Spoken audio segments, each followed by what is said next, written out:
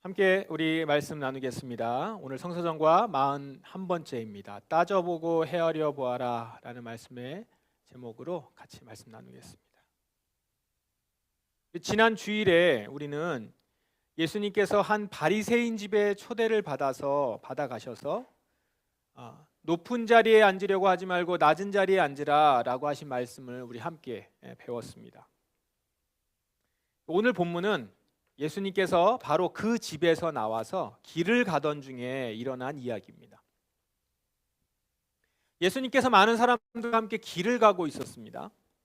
그런데 예수님께서 갑자기 가시던 걸음을 멈추시고 돌아섰어요. 그리고 사람들을 보시고 이렇게 말씀하십니다. 누구든지 내게로 오면서 자신의 아버지, 어머니, 아내, 자녀, 형제 혹은 자매를 미워하지 않으면, 그리고 더 나아가 자신의 목숨까지도 미워하지 않으면 내 제자가 될 수 없다. 그리고는 이렇게 덧붙이셨죠. 누구든지 자기 십자가를 지고 나를 따르지 않는 사람은 내 제자가 될 수 없다. 여기 26절, 27절 각각 이 두 구절은 익숙한 구절이죠. 아마 여러분들은 이 두 구절을 각각 따로 아마 들어보셨을 거예요.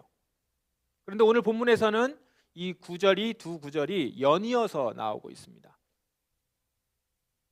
예수님께서는 이 두 구절을 이어서 말씀하시면서 사람들에게 무엇을 전하고자 하셨을 거예요. 그것이 무엇일까요? 바로 사랑하는 가족을 미워하고 심지어 자기 목숨을 미워해야만 예수님의 제자가 될 수 있고, 또 그렇게 자기 목숨을 미워하는 것이 바로 십자가를 지는 일이다. 이렇게 연결을 시키시는 것이죠. 물론 여기서 가족과 내 목숨을 미워한다는 것은 그 사람을 증오하다라는 것이 아니라 그것들을 예수님보다 더 사랑해서는 안 된다라고 하는 의미입니다. 예수님은 지금 자기를 따라서 함께 걷고 있는 사람들, 자기를 따라오는 사람들을 보면서 그들이 자신을 끝까지 따르기를 바라셨을 거예요. 그리고 그 마음으로, 간절한 마음으로 이 말씀을 하셨던 겁니다. 예수님의 제자가 되고자 하는 자는 반드시 그가 가진 모든 것을 버려야 한다는 겁니다. 가진 재물은 물론이거니와 사랑하는 가족, 심지어 가장 소중한 목숨까지도 주를 위해 버릴 수 있어야만 예수님의 제자가 될 수 있다라는 겁니다. 이처럼 여러분, 예수님의 제자가 된다는 것 쉽습니까? 쉽지 않죠. 결코 쉽지 않습니다. 그래서 그런지 예수님께서는 두 개의 비유를 연이어서 더 들으시면서 보충 설명을 하십니다. 먼저 첫 번째 비유는 이렇습니다. 어떤 사람이 탑을 세우려고 한다면 그는 공사를 시작하기에 앞서서 우선 탑을 완성하는 데 필요한 비용이 얼마나 들지, 이런 것들을 따져본다라는 거예요. 왜 그럴까요? 만일 공사에 드는 비용을 따지지도 않고 시작했다가 나중에 비용이 모자라서 공사를 완성할 수 없게 되면 그 사람은 사람들의 웃음거리가 되기 때문이죠. 요즘도 이렇게 지나가다 보면 그런 건물들 있죠. 건물 짓다가 못 지어가지고 비용이 부족해서. 예수님께서는 이 비유를 통해서 무슨 말씀을 하고 싶으셨을까요? 무슨 일을 시작하기 전에 완성을 할 수 있을지 없을지를 따져서 할 수 있으면 시작하라는 겁니다. 할 수 있어야 시작을 하는 거다. 중간에 그만둘 것 같으면 아예 시작을 하지 말라, 이 말씀입니다. 그렇다면 여러분, 예수님은 왜 가족과 자기 목숨을 미워하라 라고 하는 말씀에 연이어서 이 비유를 말씀하셨을까요? 가족과 자기 목숨을 미워하라 라고 하는 말씀과 연이어서 가족과 내 목숨을 미워해야만 제자가 된다는 말씀하고 완성할 수 있는 일만 시작하라 라고 하는 비유하고 이게 어떻게 연관될까요? 이런 거죠. 탑을 쌓을 때 그 일을 완성할 수 있을지 따져보아서 완성이 가능할 때만 시작해야 하듯이 예수님을 따라가는 일도 끝까지 따를 수 있을지를 따져보아서 할 수 있다는 확신이 들 때 따라가라는 겁니다. 과연 내가 예수님을 위해서 내 가족과 내 목숨까지 버릴 수 있을까? 이걸 따져서 그럴 수 있겠다고 판단이 되면 그때 따라 나서라는 거죠. 아무 생각 없이 무작정 예수님을 따르겠다고 나서지 말라는 겁니다. 따져보지도 않고 아무 생각 없이 예수님을 따라 나섰다가 중간에 돌아서면 이제까지 걸어왔던 그 모든 노력은 헛수고가 되고 사람들 앞에 웃음거리가 될 일이라는 거죠. 자, 여러분들은 어떻습니까?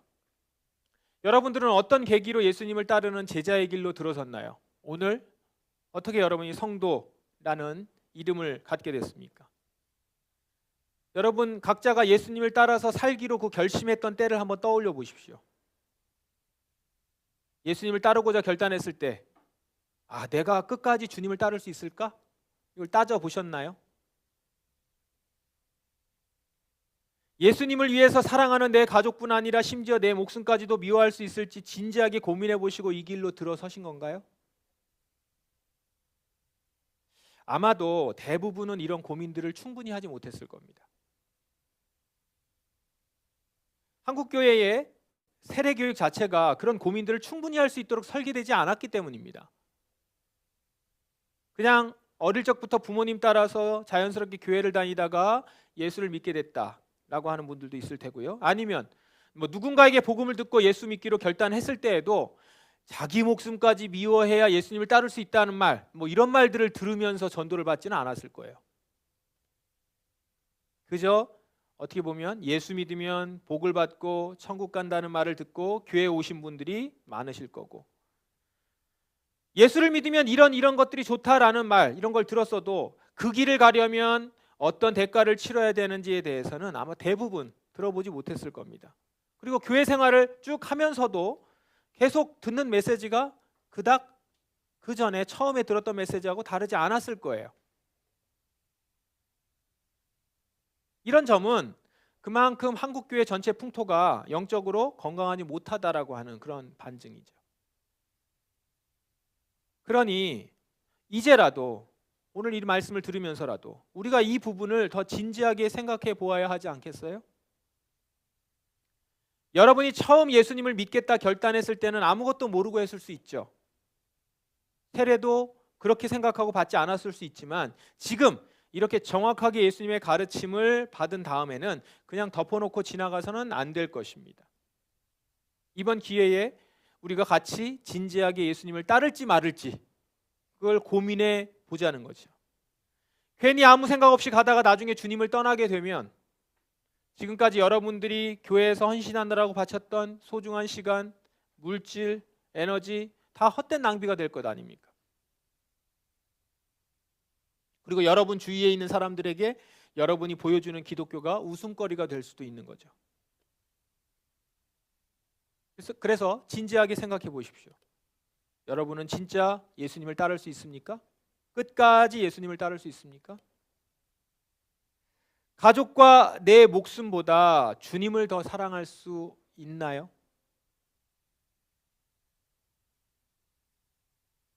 예수님 말씀처럼 끝까지 못할 것 같으니 아예 시작하지 않는 것이 그게 나을까요?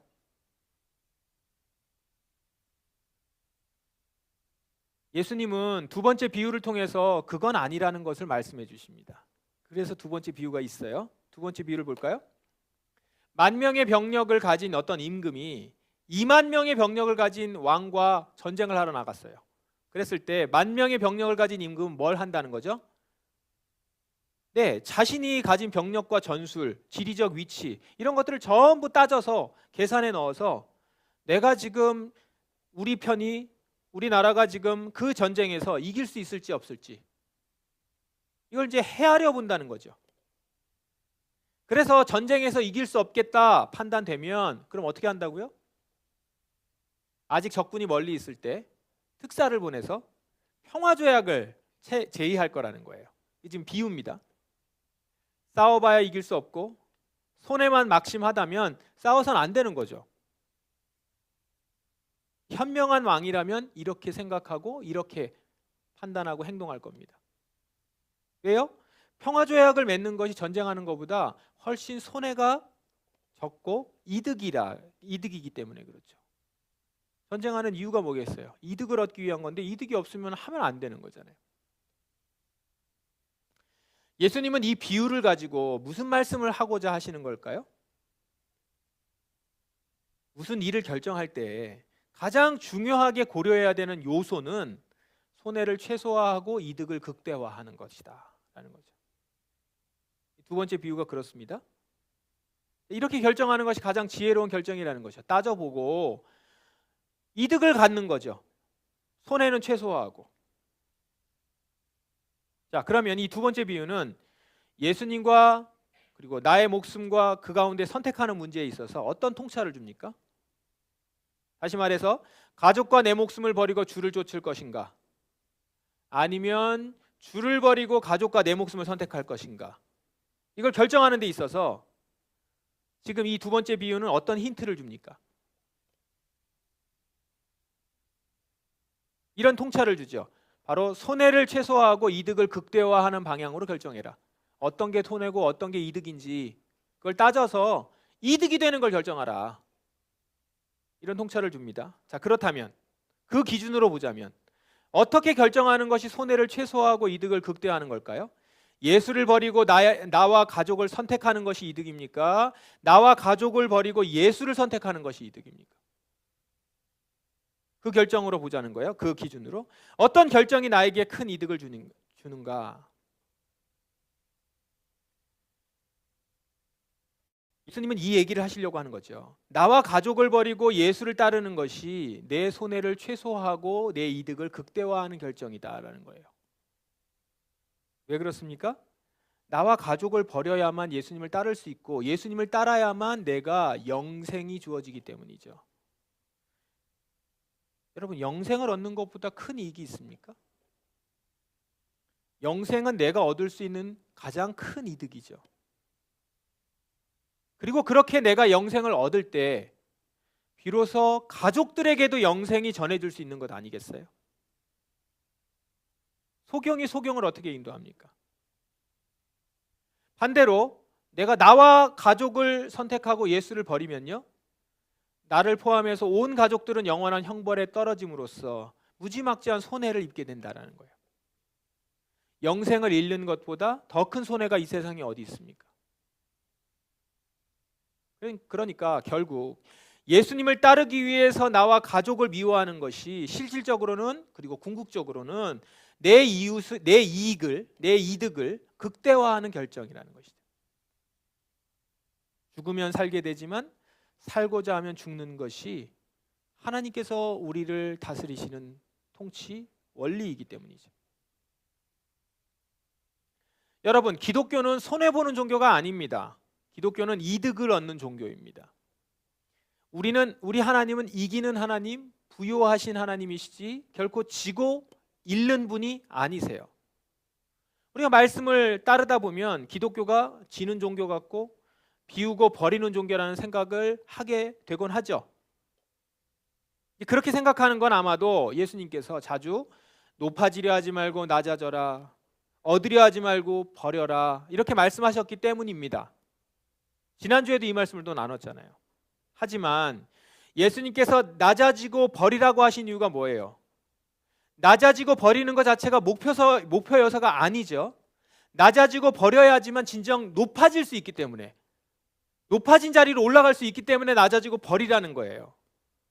얻기 때문에, 더 많은 것을, 큰 것을 얻을 수 있기 때문에, 영광을 얻을 수 있기 때문에 그렇게 하라는 거잖아요.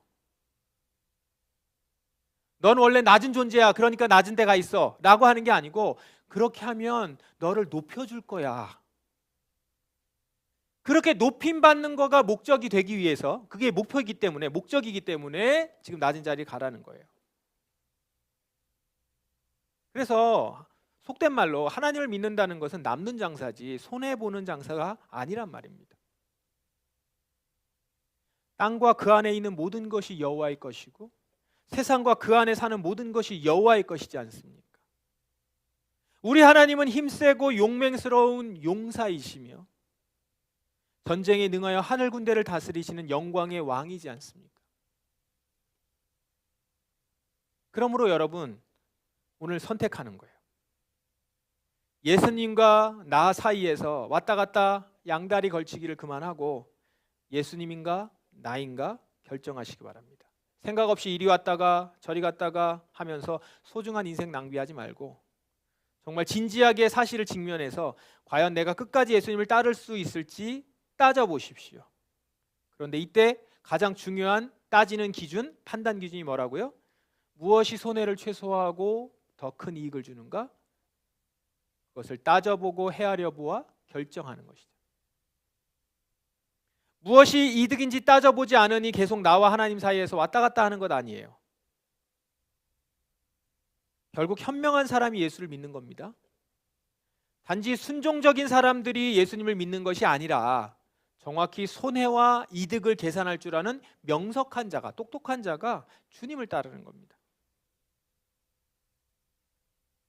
바로 눈앞에 있는 이득이나 지금 당장 내 마음을 편하게 하고 즐겁게 하는 일에 빠지지 마시고 뒤에 있을 더 큰 이익을 생각하고 그 뒤에 있을 더 큰 즐거움을 계산할 수 있는 자가 예수님의 제자가 될 수 있습니다.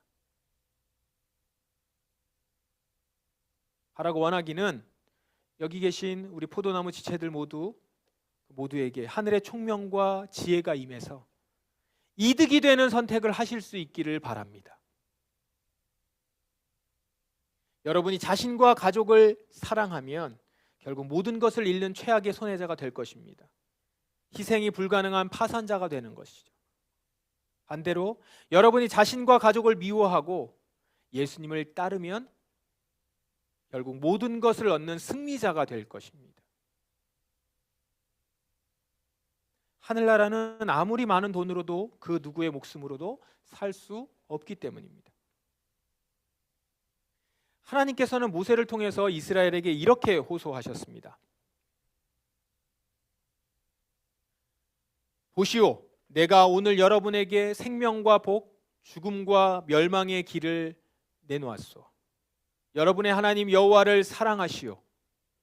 여호와께서 원하시는 대로 사시오.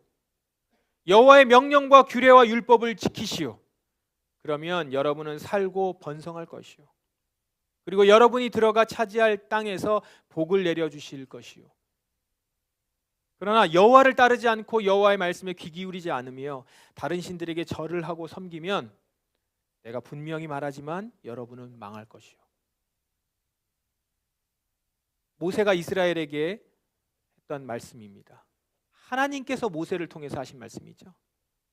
여기 하나님이 이스라엘에게 전하시려고 하는 그 마음이 좀 느껴지십니까? 하나님은 이스라엘에게뿐만 아니라 오늘날 우리에게도 모세의 입을 빌려서 우리에게도 이 호소를 하고 계십니다. 우리가 하나님을 사랑하고 그분의 명령을 지키면 생명과 복의 길을 가겠지만 하나님 외에 다른 것을 따르고 섬기면 죽음과 멸망의 길로 가게 될 것이다. 그러니 따져보라, 헤아려봐라. 무작정 따르지는 말아라. 그렇게 하면 끝까지 못 온다. 따져보고 헤아려보라. 그리고 분명히 확인해라.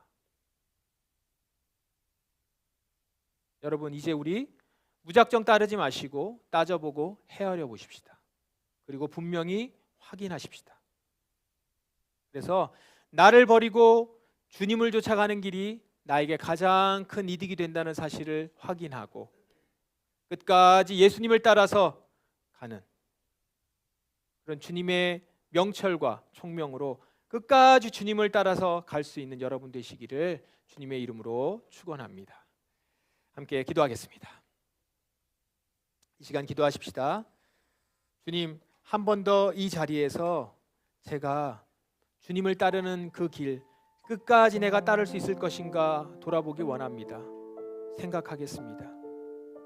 그리고 그 가운데 있을 여러 가지 일들, 심지어 나의 가족들을 버려야 될 일, 그 가운데 또한 나의 재산도 버려야 될 일, 심지어는 나의 목숨까지도 버려야 될 일들이 있을 때라도 그 모든 것들을 버리고 주님을 따를 수 있을 것인지, 그런데 그 가운데서 그 모든 것을 헤아려 볼 때 그렇게 해서라도 주님을 따르는 것이 나에게 가장 큰 이득이며 복인 것을 내가 확인하고 확신하며 내가 끝까지 주님을 놓치지 않는 자 되길 원합니다. 그리고 이 길을 가는 데 있어서 주께서 나와 끝까지 함께 해주실 것이기에 저는 그 길을 갈 수 있을 것입니다. 주님 저를 붙들어 주십시오. 저의 결정을 주님 지켜주시옵소서. 시간 다 같이 통성으로 기도하겠습니다. 기도하십시다. 하나님 아버지 앞에 주님 앞에 나아갑니다. 오늘 저 배우자에게 기도하는